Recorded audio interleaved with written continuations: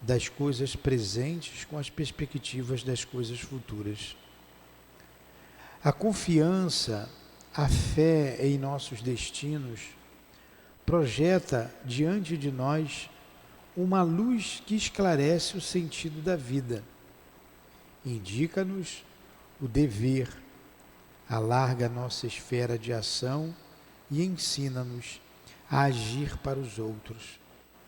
Sentimos que há no universo uma força, uma potência, uma sabedoria incomparáveis, mas também que nós próprios fazemos parte dessa força e dessa potência da qual derivamos.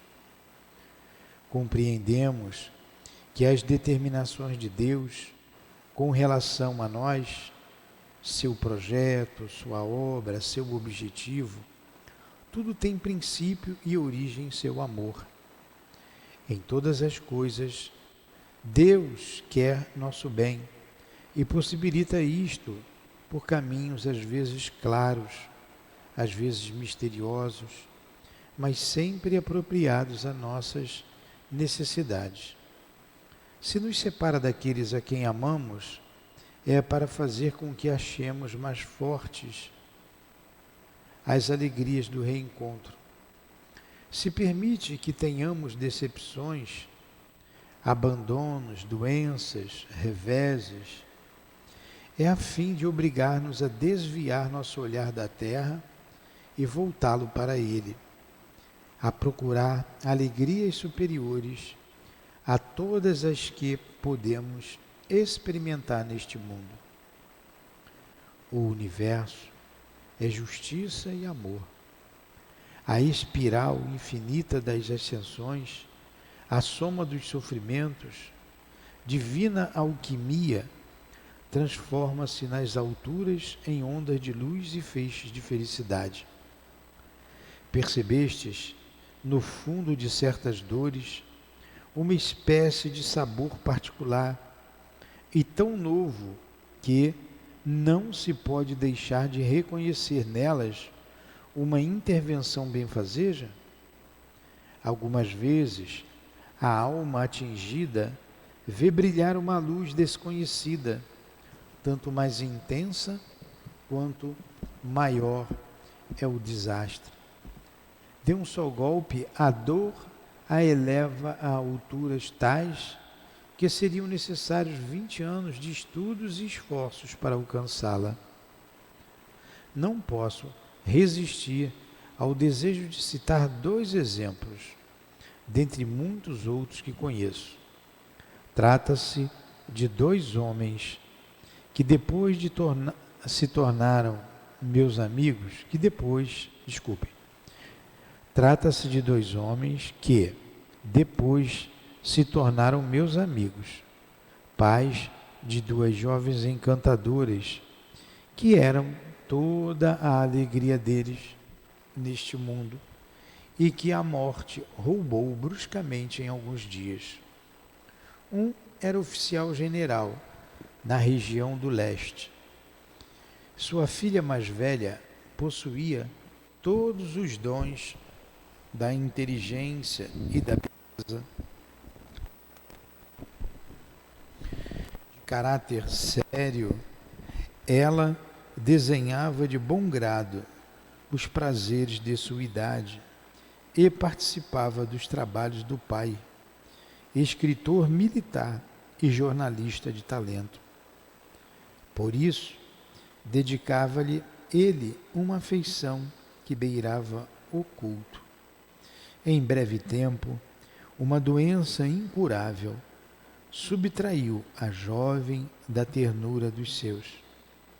Entre seus papéis, encontraram um caderno de notas com o seguinte título: A meu pai, quando eu tiver morrido. Ainda que gozasse de perfeita saúde no momento em que escrevia aquelas páginas, tinha o pressentimento de sua morte próxima e dirigia a seu pai consolações comoventes. Graças a um livro que ele encontrou na escrivaninha da filha, mantivemos contato. Pouco a pouco, procedendo com método e persistência, tornou-se médium vidente e hoje tem não só a bênção de ser iniciado nos mistérios da sobrevivência, mas também a de rever a filha perto dele e receber o testemunho de seu amor. O espírito de Ivone comunicava-se igualmente com seu noivo e com um de seus primos, suboficial do regimento que seu pai comandava na ocasião. Essas manifestações completavam-se e eram controladas umas pelas outras, sendo ainda percebidas por 2 animais de estimação, como atestam as cartas do general.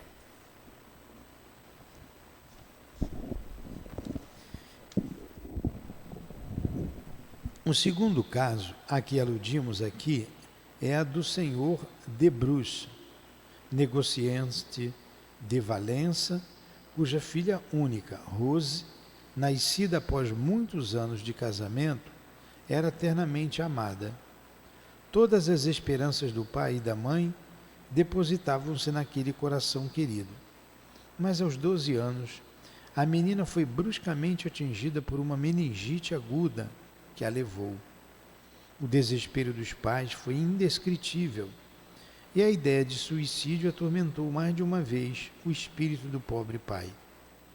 Entretanto, por ter algum conhecimento de espiritismo, ele se recompôs e teve também a felicidade de tornar-se médium. Hoje, comunica-se com sua filha, sem intermediário, livremente e com segurança. Esta intervém muitas vezes na vida íntima dos seus e, às vezes, produz entre eles fenômenos luminosos de grande intensidade. Uns e outros sabiam pouca coisa sobre o além e viviam numa culposa indiferença relativamente aos problemas da vida futura e do destino. Agora, tudo ficou claro para eles. Depois de ter sofrido, foram consolados e, por sua vez, consolam os outros, trabalhando para difundir a verdade em torno deles, impressionando todos aqueles que deles se aproximam pela elevação de sua maneira de ver e a firmeza das suas convicções. Suas filhas voltaram para eles transfiguradas e radiantes. E eles conseguiram compreender por que Deus os havia separado e como lhes prepara uma vida em comum, na luz e na paz dos espaços. Eis o trabalho da dor. Então, Leon Denis descreve o que a dor fez com esses 2 amigos, que tiveram a perda repentina, a morte, das filhas, uma menina de 12 anos e o outro também, uma jovenzinha. E que a doutrina espírita se tornaram médiuns e já tinham isso em germe neles, e passaram a se comunicar com os seus entes queridos e ajudando a muita gente. Então, Leon Denis conclui aqui pelo trabalho da dor nesses que ele acabou de citar. Eu vou retornar aqui ao início para a gente, porque eu acabei de ler aqui. Vou voltar um pouquinho para botar minha cabeça aqui novamente. Em meio às provas, as verdades que acabamos de citar não nos isentam de emoções e de lágrimas. Seria antinatural. Então, diante da dor, claro que a gente sofre, claro que a gente chora. Entretanto, ela nos ensina a não murmurar, a não ficar abatidos sob os golpes da dor. Afastam de nós esses funestos pensamentos de revolta, de desespero ou de suicídio, que tantas vezes assombram o cérebro dos partidários do nada. Se continuarmos a chorar, que seja sem amargor e sem blasfêmia. Então, estou relendo aqui para a gente fixar o conceito que Leon Denis nos trouxe.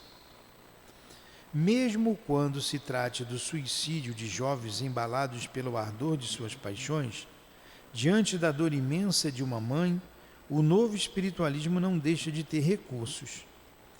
Ainda assim, transmite a esperança aos corações desolados. Oferece-lhes, através da prece, o pensamento contrito, a possibilidade de auxiliar essas almas que vagam entre a terra e o espaço ou ficam confinadas por causa dos seus fluidos grosseiros aos meios em que viveram. Então ele está dizendo que a doutrina espírita consola mesmo esses jovens que se suicidam, que através da prece, do pensamento contrito, ajuda a auxiliá-los a serem ajudados a se reencontrarem com eles mesmos. Atenua-lhes a dor, ensinando-lhes que nada é irreparável, que nenhum mal é definitivo. Então a doutrina espírita nos mostra que nenhum mal é definitivo. Toda evolução interrompida retoma seu curso, quando o culpado paga por sua dívida à justiça. Então sempre volta ao patamar de onde nós abandonamos a vida, nos desviamos na vida, enfim. Por tudo e em tudo, esta doutrina oferece-nos uma base, um ponto de apoio, de onde a alma pode retomar seu impulso em direção ao futuro e consolar-se nas coisas presentes, com perspectivas das coisas futuras. A confiança, a fé em nossos destinos, projeta diante de nós uma luz que esclarece o sentido da vida, indica-nos o dever, alarga nossa esfera de ação e ensina-nos a agir para os outros. Sentimos que há no universo uma força, uma potência, uma sabedoria incomparáveis, mas também que nós próprios fazemos parte dela, dessa força e dessa potência da qual derivamos. Então a doutrina espírita nos esclarece com relação à vida futura, às perspectivas futuras, que tudo retoma ao início e que não há nenhum mal definitivo. Compreendemos que as determinações de Deus com relação a nós, vocês desculpem eu estar relendo tudo, é porque eu mesmo não tinha compreendido e agora eu estou lendo mais devagar e creio que vocês também estejam compreendendo melhor. Compreendemos que as determinações de Deus com relação a nós, seu projeto, sua obra, seu objetivo, tudo tem um princípio e origem em seu amor. Claro, né? Tudo tem que ter origem no amor de Deus. E tudo tem um princípio, tem um porquê, tem uma causa.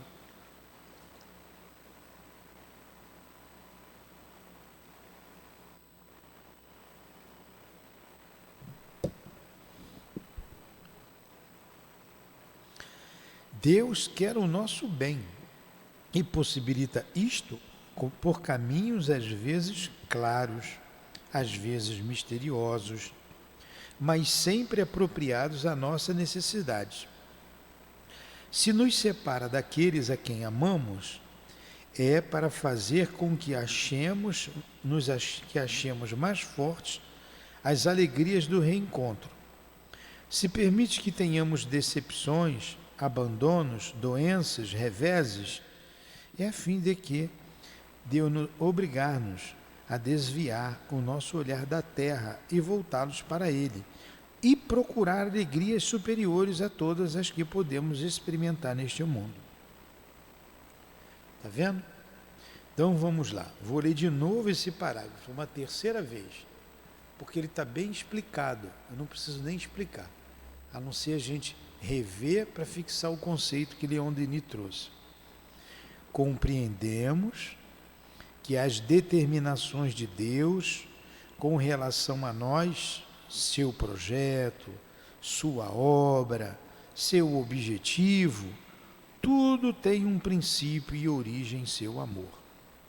Então, tudo com relação a nós, tudo tem um objetivo. Tudo. E a origem no amor de Deus. Então, o projeto de Deus para nós,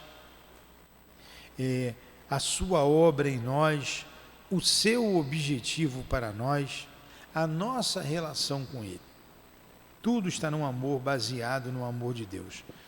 Em todas as coisas, Deus quer o nosso bem e possibilita isto por caminhos às vezes claros, às vezes misteriosos, mas sempre apropriados às nossas necessidades. Bem claro? Ponto. Se nos separa daqueles que amamos, é para fazer com que achemos mais fortes as alegrias do reencontro. Se permite que tenhamos decepções, abandonos, doenças, reveses, é a fim de obrigar-nos a desviar nosso olhar da terra e voltá-lo para Ele, buscar Deus, a procurar alegrias superiores a todas as que podemos experimentar neste mundo. Então a dor faz com que a gente se volte para Deus. O universo é justiça e amor. Na espiral infinita das ascensões, a soma dos sofrimentos, divina alquimia, transforma-se nas alturas em ondas de luz e feixes de felicidade.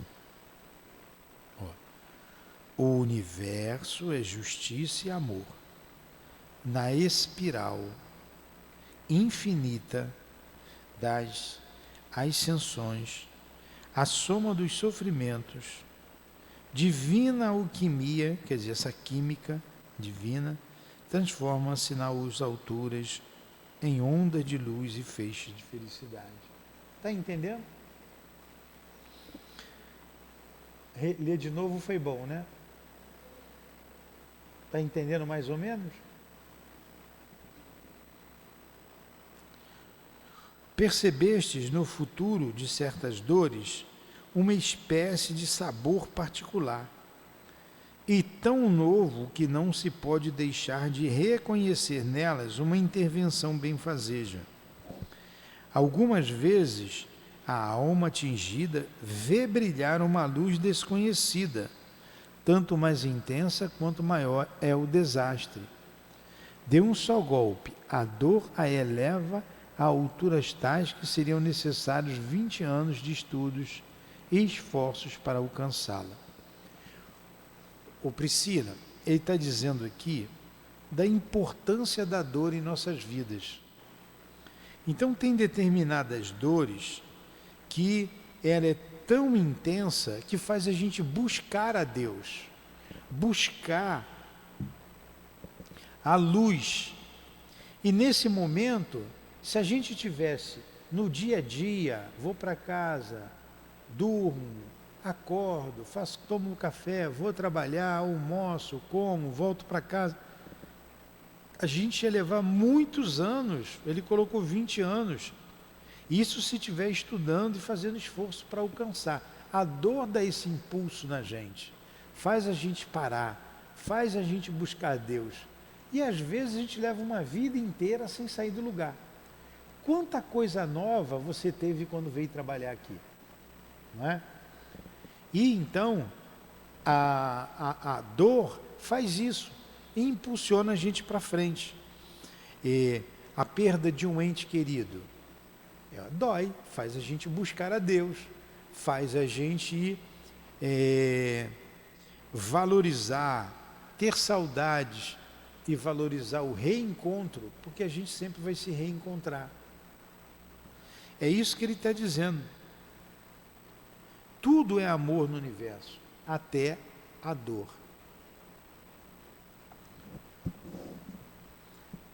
Aí ele conta os dois exemplos dos seus amigos, de caráter sério, né? Ele fala de um jornalista e fala que em breve tempo, vou para o meio ali do parágrafo, uma doença incurável subtraiu a jovem da ternura dos seus. Entre seus papéis encontraram um caderno de notas com o seguinte título: A meu pai quando eu tiver morrido. Então, essa jovem teve uma doença incurável, sabia que ia morrer, escreveu no papel uma carta para o seu pai, né? E ele encontrou, e ele buscou entender a vida. Olha que choque, olha o que ele diz aqui, ó. Graças ao livro que ele encontrou na escrivaninha da filha, mantivemos contato. Pouco a pouco, procedendo com método e persistência, tornou-se médium vidente. Então, por causa da dor, ele foi buscar o contato com ela, através do centro espírita, né, com Leon Denis, se tornou médium vidente e havia sempre, pacificando o seu coração. Ele vai encontrar um outro exemplo aqui de morte, que os pais até pensaram em suicídio, né, o desespero dos pais, né, como ele diz, foi indescritível. E a ideia do suicídio o atormentou. Mas como ele já tinha uma noção da doutrina espírita, ele se dedicou, foi buscar, desenvolveu a mediunidade e passou também a se comunicar com a filha. É o que ele está dizendo aí, ó. Esse é o trabalho da dor. Como a dor mexe com a gente. Essa casa aqui é o resultado de uma dor. A dor da perda de uma pessoa amada. Então mexe com a gente e a gente coloca as nossas forças a serviço de Deus. Alguma pergunta?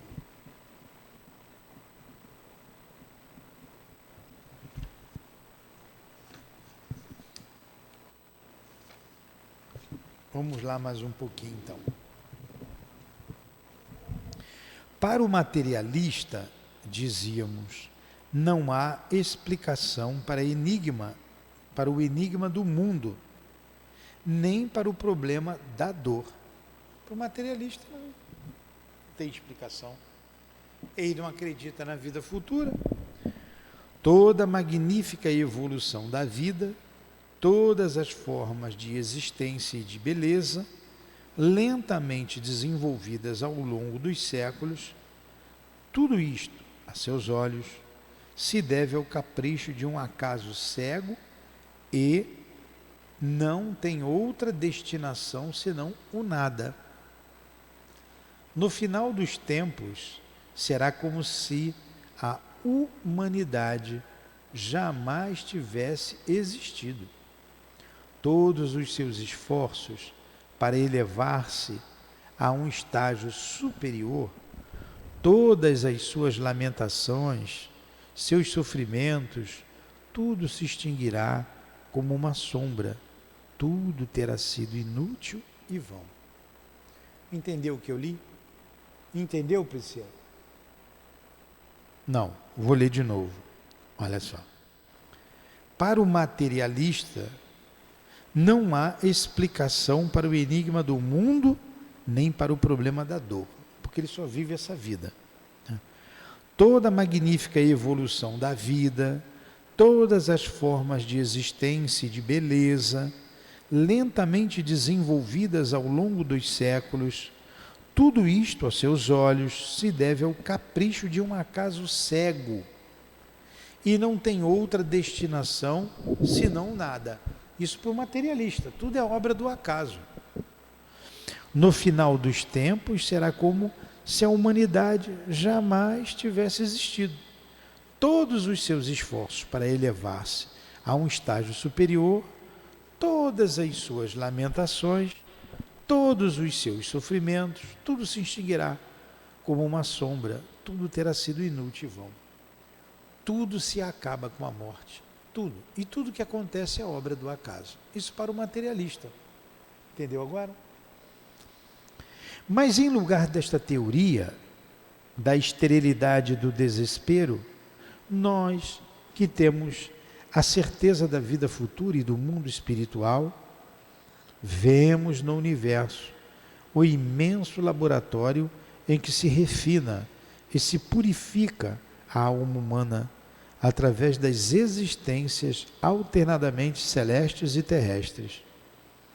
Estas últimas têm um único objetivo: a educação das inteligências associadas aos corpos. A matéria é um instrumento de progresso. O que chamamos de mal e dor é apenas um meio de elevação. Então, com o que ele falou aqui, em vez dessa teoria materialista, a teoria da vida futura e do mundo espiritual, ela tem a vida tem uma outra existência. O universo passa a ser um grande laboratório de aperfeiçoamento, de burilamento da alma humana. E o único objetivo da vida, o objetivo desse objetivo, é a educação da alma, né? A educação das inteligências associada aos corpos. E tudo que é mal, tudo que é dor, é apenas meio de elevação. Disseram que o eu é coisa detestável. Contudo, que me permitais uma confissão.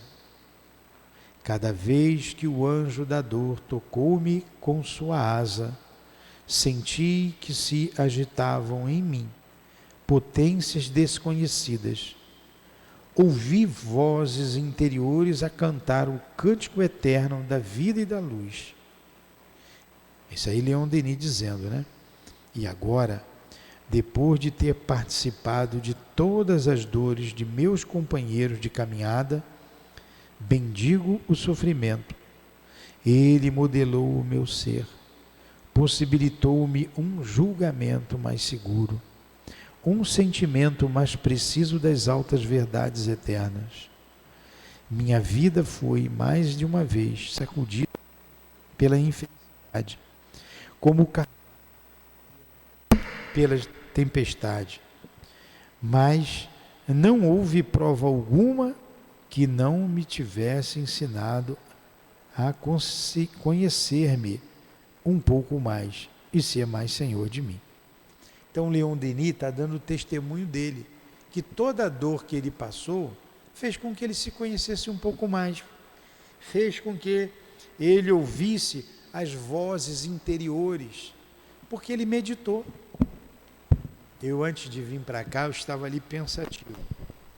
E algo que eu imaginei que aconteceu na minha vida, que me marcou muito, me causou profunda dor e me deu uma tristeza muito grande. Eu relembrando. E vim para cá. Comecei a ler, bem triste. Aí, como não prestei atenção em nada, reli. E a leitura foi me levantando, me mostrando um outro aspecto da dor. Um outro aspecto. É para eu ouvir a minha voz interior. É para eu aproveitar o que passou, que me marcou, e tirar proveito. Que proveito a gente pode tirar dessa situação? Né? Há que se refletir.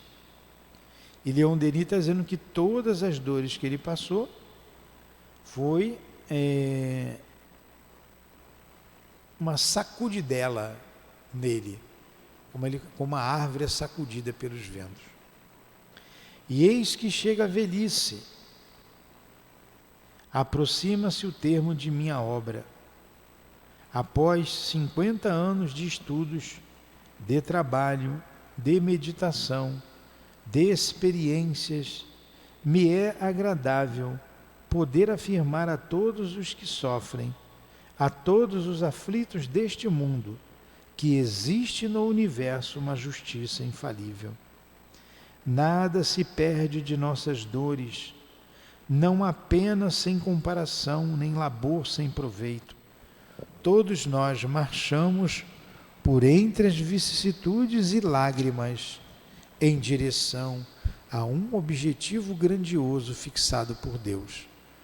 E temos a nosso lado um guia seguro, um conselheiro invisível para apoiar-nos e consolar-nos. Entendeu? Todos nós sofremos, todos nós passamos por dores.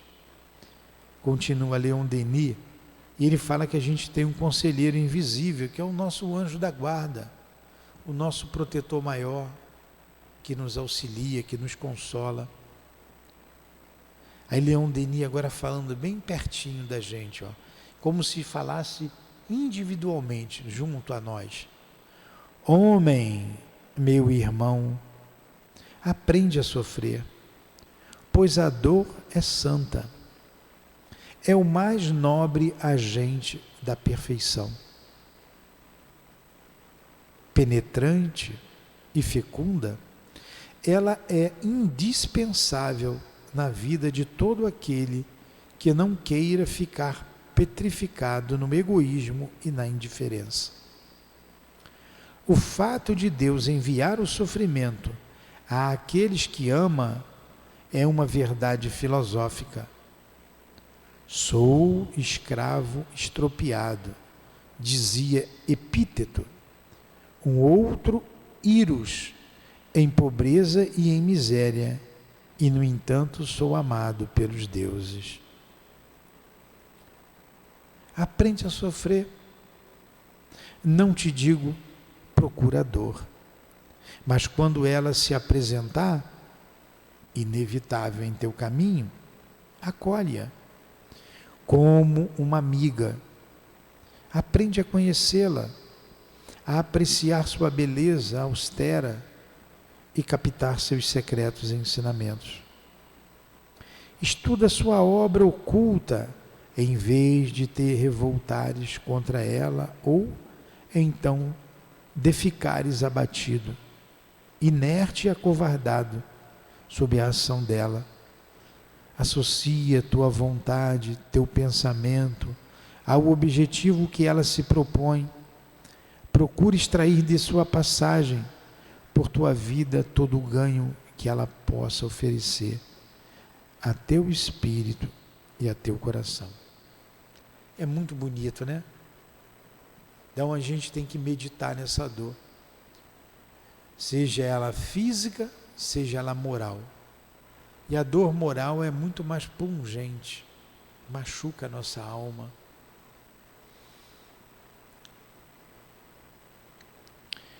Em uma palavra, faz a dor ficar mais bela. A harmonia e a beleza são leis universais. Mas eu pulei um parágrafo, olha aqui. Esforça-te, por tua vez, para ser um exemplo para os outros. Por tua atitude no sofrimento, tua aceitação voluntária e corajosa, tua confiança no futuro, torna-a mais aceitável aos olhos dos outros. Em uma palavra, faz a dor ficar mais bela. A harmonia e a beleza são leis universais. E neste conjunto a dor tem seu papel estético. Seria pueril protestar contra este elemento necessário à beleza do mundo. Ao contrário, ergamo-la com horizontes e esperanças mais elevadas. Vejamos nela o supremo remédio para todos os vícios, para todos os nossos tropeços, para todas as nossas quedas. Ó, todos vós que vergais sob o fardo de vossas provas, ou que chorais em silêncio, aconteça o que acontecer, jamais vos desesperareis. Lembrai-vos de que nada acontece em vão, nem sem motivo. Quase todas as nossas dores provêm de nós mesmos, de nosso passado, e nos abrem os caminhos do céu. O sofrimento é um iniciador, revela-nos o sentido grave, o sério impositivo da vida. Esta não é uma comédia frívola, é antes uma tragédia pungente. É a luta pela conquista da vida espiritual. E nesta luta, o que há de maior é a resignação, a paciência, a firmeza, o heroísmo. No fundo, as lendas alegóricas de Prometeu, 2 argonautas, 2 Nibelungen, os mistérios sagrados do Oriente, não têm outro significado. Um instinto profundo faz-nos admirar aqueles cuja existência não passa de um perpétuo combate contra a dor, um esforço constante para galgar as escarpas abruptas que conduzem aos virgens cimos, aos tesouros inviolados.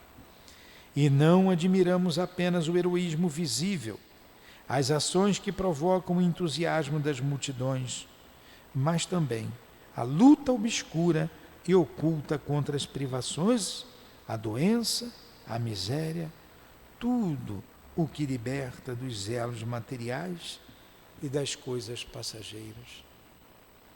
É enrijecer as vontades, temperar os caracteres para o combate da vida, desenvolver a força de resistência, a afastar da alma da criança tudo que possa enfraquecê-la e levar o ideal a um nível superior de força e de grandeza.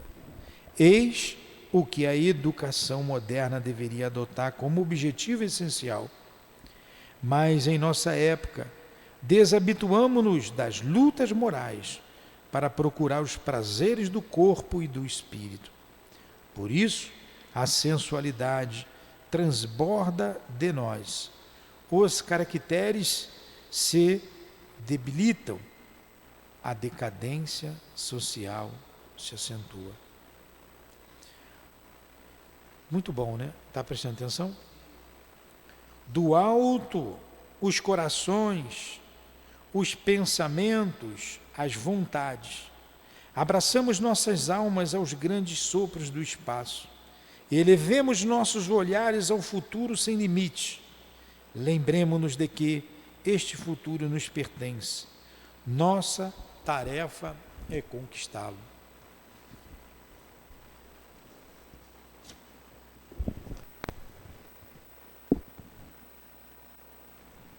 Para o fim. Vivemos em tempo de crise. Vivemos em tempos de crise. Parece que escreveu hoje de manhã, né?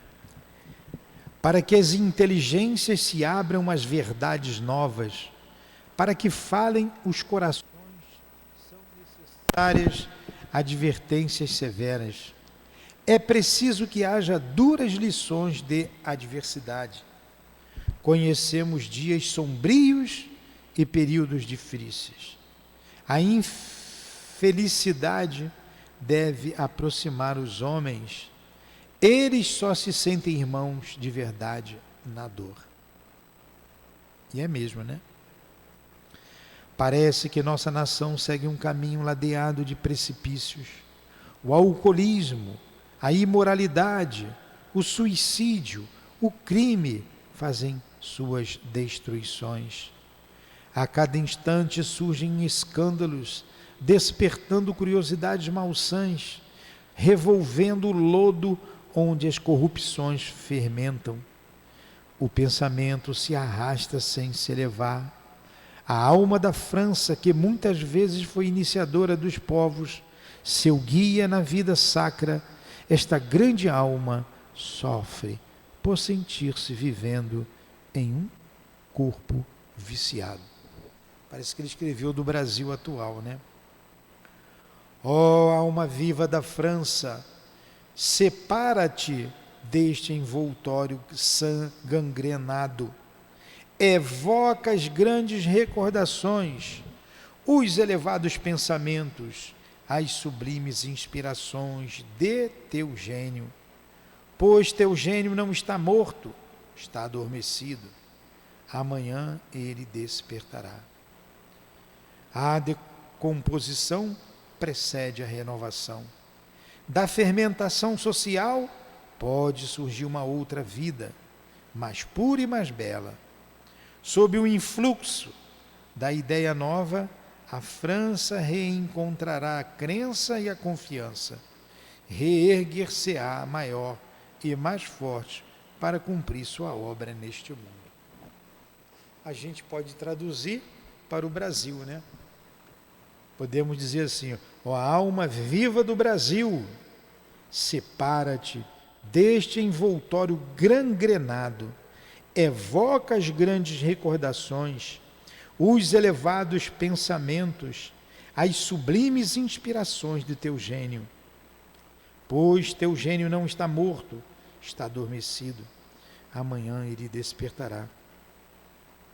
A decomposição precede a renovação. A fermentação social pode surgir uma outra vida, mais pura, mais bela. Sob o influxo da ideia nova, o Brasil reencontrará a crença e a confiança. Reerguer-se-á maior e mais forte para cumprir sua obra neste mundo. Não parece estar falando do Brasil? Alcoolismo, imoralidade, suicídio, traições, crimes, destruições, escândalo atrás de escândalo, se abre um noticiário, um escândalo atrás do outro. É isso aí, o papel da dor em nossas vidas, o papel da dor em nossa sociedade. Alguma pergunta? Muito obrigado, Leon Denis, pelo estudo trazido a todos nós. Muito obrigado aos guias que nos auxiliaram a pensar, a raciocinar, a acordar para esta importante instrução, que é o papel da dor em nossas vidas. Obrigado, altivo, a todos vocês aqui presentes. Obrigado, Jesus, que seja em teu santo nome, em nome de Deus, nosso Pai, acima de tudo, sempre em nome do amor que vibra nesta casa, que encerramos, em nome do nosso amor, os estudos da tarde de hoje. Que assim seja. Graças a Deus.